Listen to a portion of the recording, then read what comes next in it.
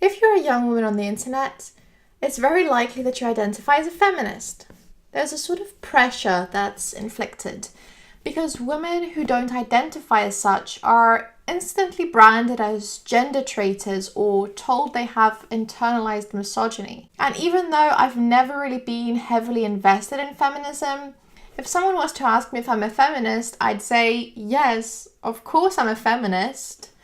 But then I began to question why I identified with that movement and what feminism is fighting for in this day and age. So I know this is a sensitive topic, but I feel like this is an issue that needs to be discussed and thought about more. So I'd like you to bear with me and listen to what I have to say, especially if you're a feminist. The first common misconception when stating you're against feminism is that people think you're against gender equality or that you're sexist. But feminism is not synonymous to equality.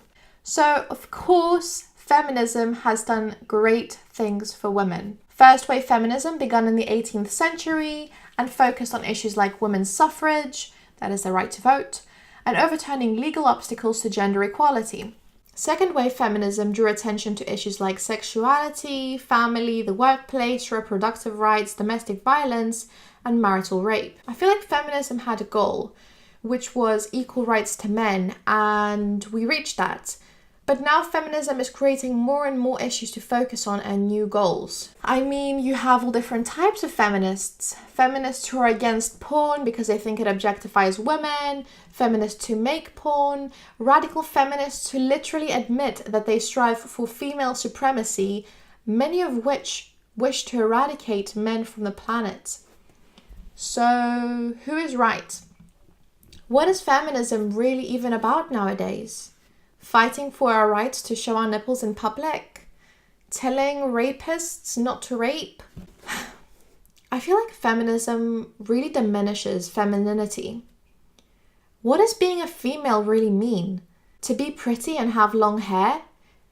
Women birth life. The way I see it, our vaginas are sacred portals from the spiritual to the physical realm. We are creators. Anything you create is art, a meal, a song, a painting. The highest form of creation is that of other beings. We are carers. We are teachers. Unfortunately, nowadays, women hand away their children to be educated, brainwashed by the institution. Feminism unfortunately discourages women from being mothers, when it is our biological instinct to want to fulfill this task.